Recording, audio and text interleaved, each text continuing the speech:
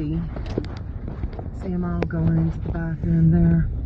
They're probably all going to Ocala for that protest. I'm gonna go ahead and video them. See there? It's like 50 or 60 of them up in the bathroom. They all came in on this bus right here. Huh?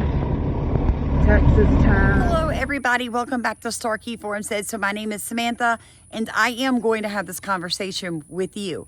Have you guys been seeing all the people holding up the signs that says immigrants built this country?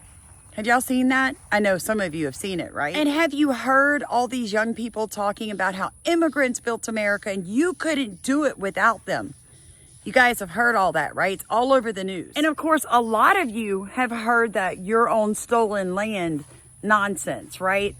And that we were invaders and now we're being invaded, correct? Well, I want to show you some statistics that I got from the United States labor force.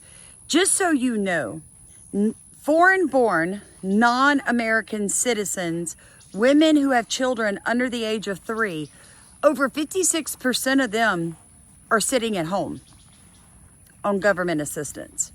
While if you look at foreign-born women with children under 3, 68% of them are actually in the workforce. So what am I telling you?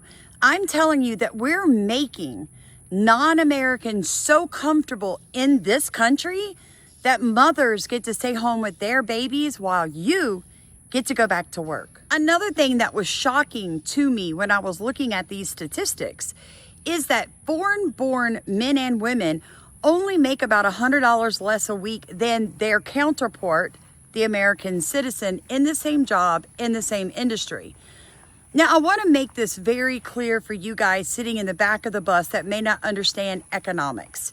When you have more workers than you need, you can lower wages, increase hours, add job duties, and well, be a complete and utter jerk, because if the person working for you doesn't toe the line, you can just unemploy them and employ somebody that'll basically work for slave wages. Now, it is a provable fact that American wages have not kept pace with the inflation, which means the American middle class is quickly dissolving in front of our eyes. Our people that are aging up and out of the workforce can't survive on their Social Security, but we are not seeing Social Security increases to keep pace with inflation and the cost of living. Constantly told by our elected officials that Social Security is running out of money. Again, folks, it's very simple, and I want to point this out to you. If there were no foreign-born workers on visas or illegally in this country working, you would see a couple of things happen. You would see more job availability for American citizens. You would see a great increase in wages. Why? Supply and demand. So think of it like this. Drug dealers make money because of supply and demand. When there are not enough pills or weed to go around and the dealer finds some, he can basically ask whatever he wants because people are jonesing and they'll pay it because that's the only person that has it. But when you flood the streets with a bunch of cheap drugs, nobody's making money, right? Because all of a sudden, if that person says, well, I want $10 a pill, you can be like, well, dude down the road selling them for $7, so I'm going down the road. So take that little bit of street knowledge that I just shared with you and flip it. Let me explain what's happening in America. American citizens are not seeing wage increases. They're not seeing promotion. They're not seeing their 401ks go up. They're not seeing longer maternity leave. They're not seeing their employers offer things like insurance and sick days because they don't have to. If you don't work for what they're willing to give you, they, the globalists, the corporations, will simply hire one of the 30 million illegal aliens they imported during 2020 to 2024, and they will replace you.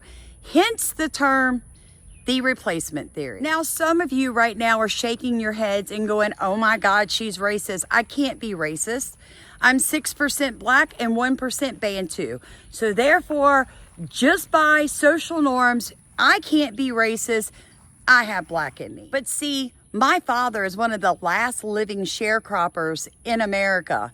And one thing he told me was this: if they wouldn't work 100 acres of land with only 1 acre of food available to 8 people in the house, then they would have been kicked out of the house that they were living in that belonged to the sharecropper owner, which in hence was actually just the, plantation owners from the Civil War, and replace them with the millions of Southerners who had nowhere to live post-Civil War. So they basically were born at home, half starved, until finally a hurricane came through and wiped out that sharecropper's entire little commune of hardworking Americans in indentured slavery. And my father got an actual chance to live the life that America had for him. So the point of that story was to tell you, I feel like America has a hurricane coming. And I think as a country, you have to stop listening to people tell you that you invaded a country that had almost nobody here.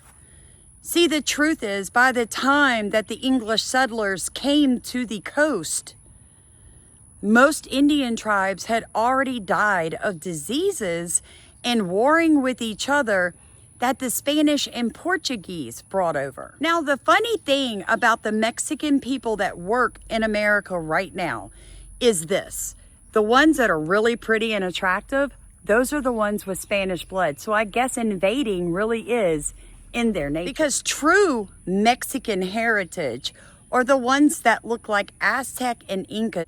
And I know that a lot of Americans love to do, well, who is going to pick your food for you? A lot of us can grow our own food. But on top of that, there are only 470,000 farm migrant workers in this country. Less than 500,000. Yet the Bureau of Labor told us that in 2024, we had an increase of foreign-born workers in America up to 19.8%. All those people aren't picking cotton and your avocado, sweetheart.